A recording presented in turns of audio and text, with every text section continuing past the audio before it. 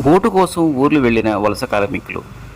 మంగళగిరి నగరంలో నిత్యం వందలాది మంది ఉత్తరాంధ్రకు చెందినటువంటి టాపీ వర్క్ పనిచేసేటువంటి కార్మికులు మాత్రం గత 2 రోజుల నుంచి కనిపించటం లేదు. కారణం, ఓటు వినియోగించుకోవటానికి సొంత ఊర్లు వెళ్ళారంటున్నారు తోటి కార్మికులు.